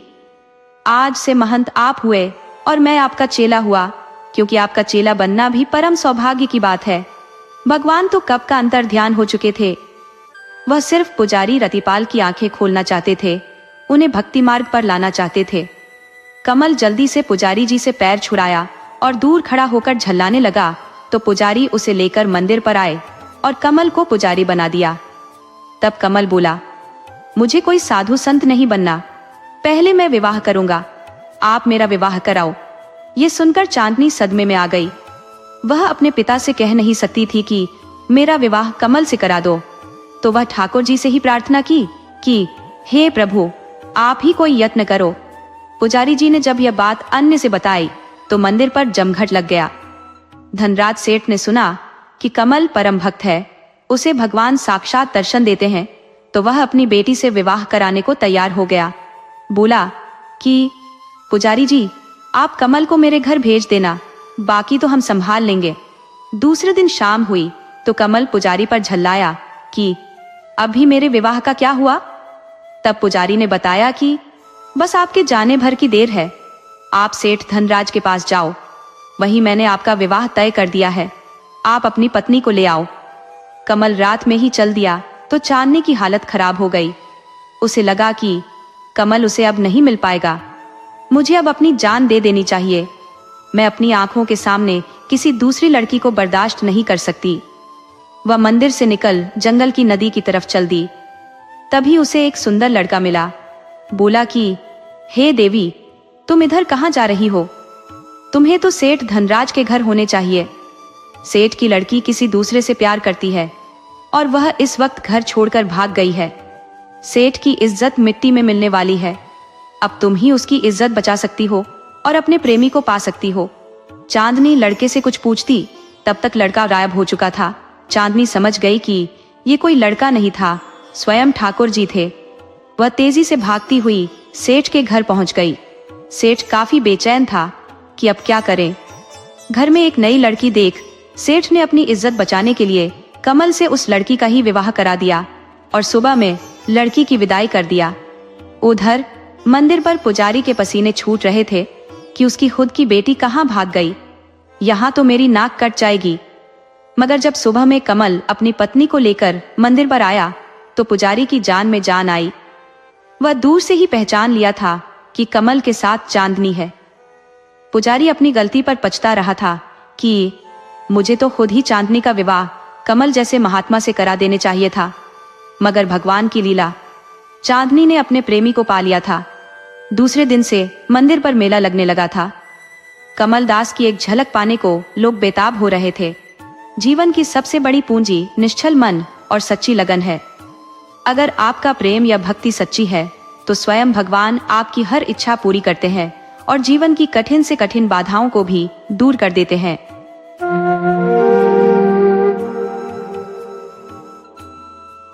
पुराने समय की बात है। दो धूर्त ठग जो लोगों को छलने और अपनी आजीविका चलाने में निपुण थे। एक का नाम भूषण और दूसरे का नाम सूजन था। दोनों ही ठग अपने छल कपट में अत्यधिक कुशल थे। कई वर्षों से वे एक साथ काम कर रहे थे और आज तक कभी पकड़े नहीं गए। वे अक्सर अपनी जगह बदलते रहते थे और नए नए लोगों को ठगते थे। एक दिन दोनों ठग एक नगर के बाहर पहुंचे और ठगी की योजना बनाई। नगर के रास्ते में एक जंगल पड़ता था। दोनों ठग उसी जंगल वाले रास्ते पर पहुंचे। उनमें से एक भूषण अंधा बनकर रास्ते पर बैठ गया, जबकि दूसरा ठग सूजन जंगल के अंदर छिप गया। भूषण अंधे होने का नाटक कर भीख मांगने लगा, भगवान के नाम पर मुझे कुछ दे दो, भगवान के नाम पर मुझे कुछ दे दो। आते जाते यात्रियों में से कुछ ने उसे पैसे भी दिए। जब उसके पास पर्याप्त पैसे जमा हो गए तो वह जोर से कहने लगा कि कोई उसे बाजार ले जाए। बहुत से लोग उसे देखकर ऐसे ही निकल गए। कुछ देर बाद एक आदमी वहां से गुजरा जो 2 गधों और एक बकरे को अपने साथ ले जा रहा था। वह आदमी अंधे की पुकार सुनकर रुक गया और बोला, मैं तुम्हें अपने साथ बाजार ले जा सकता हूँ, पर मेरे साथ 2 गधे और एक बकरा पहले से ही है, इसलिए मैं शायद तुम्हारी सहायता नहीं कर सकता। अंधे ठग भूषण ने कहा, इसमें कोई परेशानी नहीं है, तुम गधों को ले चलो और बकरे की रस्सी मुझे पकड़ा दो। फिर तुम आगे आगे चलो, मैं तुम्हारे पीछे पीछे चलता हूँ। वह आदमी इस बात पर सहमत हो गया और वे लोग चल पड़े। कुछ ही दूर तक गए थे कि जंगल में छिपा हुआ दूसरा ठग सूजन पीछे से आया और बकरे की रस्सी काटकर बकरे को भगा ले गया। अंधे बने हुए ठग भूषण ने बकरे के मालिक को पुकारा और कहा, अरे भाई जरा रुको, पहले मेरे हाथ की रस्सी बकरे को खींच रही थी, पर अब वह ढीली है, जरा देखो तो क्या हुआ। बकरे के मालिक ने पलट कर देखा तो बकरा गायब था। वह बोला, अरे मेरा बकरा कहाँ गया, अब मैं उसे ढूंढने जाऊंगा तो इन गधों का क्या करूं। अंधे ठग भूषण ने कहा, जहां तक मेरा सवाल है, मैं तो बकरे को ढूंढने नहीं जा सकता। हाँ, तुम मुझे गधों की रस्सी पकड़ा दो तो तुम बकरे को ढूंढने जा सकते हो। वह आदमी बोला, ये ठीक रहेगा, मैं ऐसा ही करता हूँ। ये कहकर उसने गधों की रस्सी अंधे बने हुए ठग को पकड़ा दी और खुद बकरे को ढूंढने के लिए चल पड़ा। जैसे ही बकरे का मालिक कुछ दूर गया, दूसरा ठग गधों को लेकर भाग गया। बाद में वे दोनों ठग मिले और गधों और बकरे को बेचकर जो रकम इकट्ठी की उसे आपस में आधा आधा बांट लिया। वे दोनों बहुत ही खुश थे कि उन्होंने बड़ी चतुराई से एक और आदमी को ठग लिया था। अब उन्होंने कुछ और दिन उसी नगर में ठगी करने का विचार बनाया। उन्हें लगा कि इस नगर के लोग बड़े ही सीधे साधे और भोले हैं, जिन्हें आसानी से ठगा जा सकता है। कुछ दिनों बाद उन्हें खेतों में एक किसान हल जोतता हुआ दिखाई दिया। खेतों के आसपास कुछ पेड़ थे और नजदीक ही एक पहाड़ी थी। एक ठग खेतों के नजदीक वाले पेड़ पर चढ़ गया और दूसरा पेड़ों के पीछे छिप गया। पेड़ पर चढ़ा हुआ ठग जोर जोर से चिल्लाने लगा, ये बड़े ही आश्चर्य की बात है, ये बड़े ही आश्चर्य की बात है। उसकी आवाज किसान के कानों तक पहुंची। किसान सोचने लगा कि आखिर ऐसा क्या है जो इस आदमी ने देख लिया और चिल्ला रहा है। किसान अपने बैलों को रोककर इधर उधर देखने लगा कि आखिर वो आश्चर्य की बात क्या है। काफी देर देखने के बाद भी उसे कोई आश्चर्य की बात दिखाई नहीं दी। जब उसे कुछ भी समझ में नहीं आया तो वह उस पेड़ की तरफ चलने लगा जिस पर ठग बैठा हुआ चिल्ला रहा था। पेड़ खेत से कुछ ही कदमों की दूरी पर था। जब तक किसान पेड़ तक पहुंचता तब तक पीछे से छिपा हुआ दूसरा ठग आया और किसान का एक बैल खोल कर ले गया और वापस पेड़ों के झुंड में जाकर छिप गया। इधर किसान पेड़ पर चढ़े हुए ठग के पास पहुंचा और पूछा, क्यों भाई, ऐसा क्या आश्चर्य देख लिया तुमने जो इतना चिल्ला रहे हो। पेड़ पर बैठे ठग ने कहा, यही कि तुम एक बैल से हल चला रहे हो, ये किसी आश्चर्य से कम नहीं है। किसान बोला, पर मैं तो एक बैल से हल नहीं चला रहा, देखो ना, मैं तो 2 बैलों से हल चला रहा हूँ, वे रहे मेरे दोनों बैल। इतना कहकर उसने अपने बैलों की तरफ इशारा किया तो देखा कि वहां सचमुच एक ही बैल था। किसान बेचारा बहुत दुखी हुआ और कहने लगा, मेरा बैल कहाँ है, मेरा बैल कहाँ है। कहता हुआ वह अपने बैल को ढूंढने चला गया। पेड़ पर बैठा हुआ ठग नीचे उतरा और दूसरा बैल भी लेकर भाग गया। इस प्रकार एक बार फिर दोनों ठगों ने मिलकर एक और आदमी को ठग लिया। इस बार अपना कमाया हुआ पैसा लेकर वे एक सराय में जाकर रुके। उन्होंने सोचा कि कल सुबह ही नगर छोड़ देंगे, क्योंकि अब ज्यादा दिनों तक यहाँ रहना सुरक्षित नहीं है। उसी सराय में उनके साथ एक आदमी और भी रुका हुआ था। खाना खाकर वे दोनों उस आदमी से बातें करने लगे। बातों बातों में पता चला कि वह आदमी एक घोड़े के व्यापारी का नौकर है। उसका मालिक पूरे इलाके का सबसे बड़ा घोड़ा व्यापारी है। उसने यह भी बताया कि उसके मालिक के पास सबसे बेहतरीन नस्ल के अरबी घोड़े होते हैं जो बहुत ऊंची कीमत पर बिकते हैं। नौकर ने यह भी कहा कि वह अपने मालिक के काम से दूसरे नगर जा रहा है। ये सुनकर दोनों ठगों के मन में लालच आ गया। उन्होंने सोचा कि चलते चलते इस नगर में एक आखिरी ठगी और कर ली जाए। जब वह नौकर अपने कमरे में सोने चला गया तो ठगों ने घोड़ा व्यापारी को ठगने की योजना बना ली। सुबह वे उस नौकर से मिले और उसके मालिक का पूरा पता ठिकाना मालूम कर लिया। उन्होंने कहा कि वे भी अरबी घोड़ा खरीदना चाहते हैं।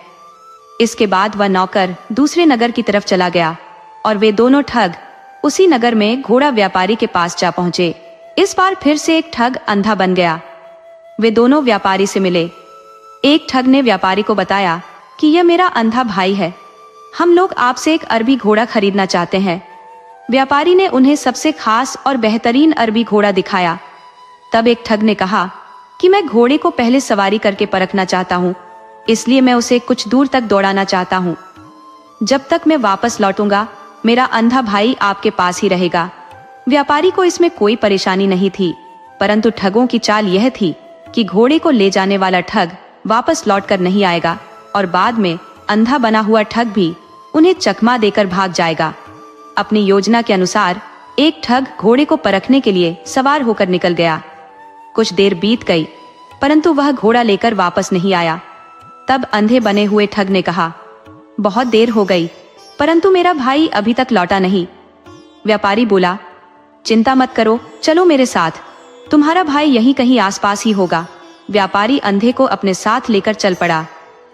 अभी वे कुछ दूर ही गए थे कि पहले वाला ठग एक मैदान में जमीन पर गिरा पड़ा था। उसके शरीर पर कई जगह चोटों के निशान थे और वह दर्द से कराह रहा था। असल में वह व्यापारी नहीं था, वह इस नगर का कोतवाल था जिसने उन ठगों को पकड़ने के लिए यह सारा खेल रचा था। तब कोतवाल ने अपना वास्तविक रूप प्रकट करते हुए कहा, क्यों बच्चों, जिस घोड़े को तुम साधारण घोड़ा समझकर चुरा रहे थे वह मेरा बदल था, जो किसी और को अपनी पीठ पर नहीं बैठने देता। इसीलिए कुछ दूर चलते ही उसने तुम्हें पीठ से गिरा दिया और दुल्हक मार मार कर तुम्हारा कचुम्बर निकाल दिया। कोतवाल ने आगे कहा, जो आदमी नौकर बनकर तुम्हें सराय में मिला था वह भी हमारा ही सिपाही था।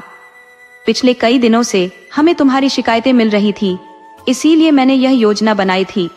तुम्हें जाल में फंसाकर मैंने पकड़ ही लिया। अगले ही पल सैनिकों ने उन दोनों को पकड़ लिया और उन्हें कारागार भेज दिया गया।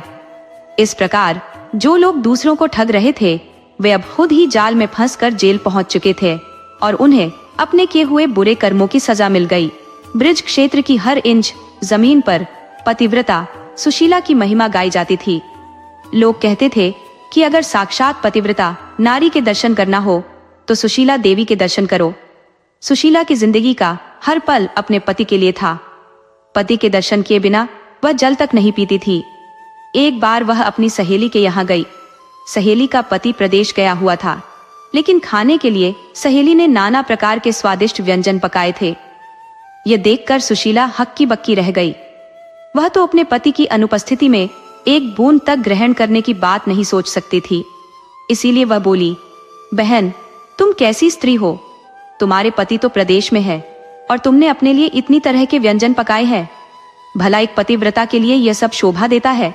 सच्ची पतिव्रता तो वह है जो पति को देखे बिना जल तक ना पिए। सुशीला की सहेली बड़े ही मोहफट स्वभाव की थी। दिल की वह एकदम साफ थी। वह बोली, बहन सुशीला, यह सब ढकोसलेबाजी मुझसे नहीं चलती।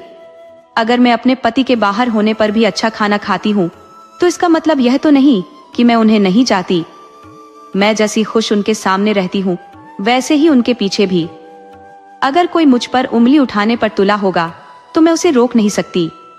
बाकी यह तो सिर्फ मैं जानती हूँ या मेरे पति कि हम एक दूसरे से कितना प्यार करते हैं। सहेली के इस जवाब से सुशीला जल भुनकर रह गई। उसने उससे कहा, यह सब तो ठीक है, लेकिन तुम पतिव्रता तो नहीं हो। पतिव्रता स्त्री के लिए तो कहा गया है कि वह पति की गैर हाजिरी में जल तक न पिए।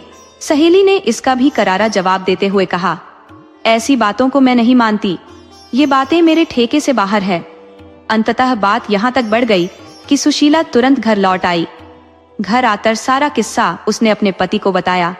पति भी सुशीला को बहुत चाहता था और उसकी निष्कलंक पति भक्ति से बहुत ही प्रभावित था। फिर भी कभी कभी उसे यह जरूर लगता कि यह सब ढोंग है। अगर पति 1 महीने तक घर पर न रहे तो क्या कोई स्त्री बिना अन्न पाने के 1 महीने तक रह सकती है? उसे यह असंभव लगा। अगर कोई जिद्दी स्त्री इस बात पर अड़ी भी जाए तो जीवित नहीं बच सकती। यह सोचकर पति ने सुशीला की परीक्षा लेने का विचार बनाया।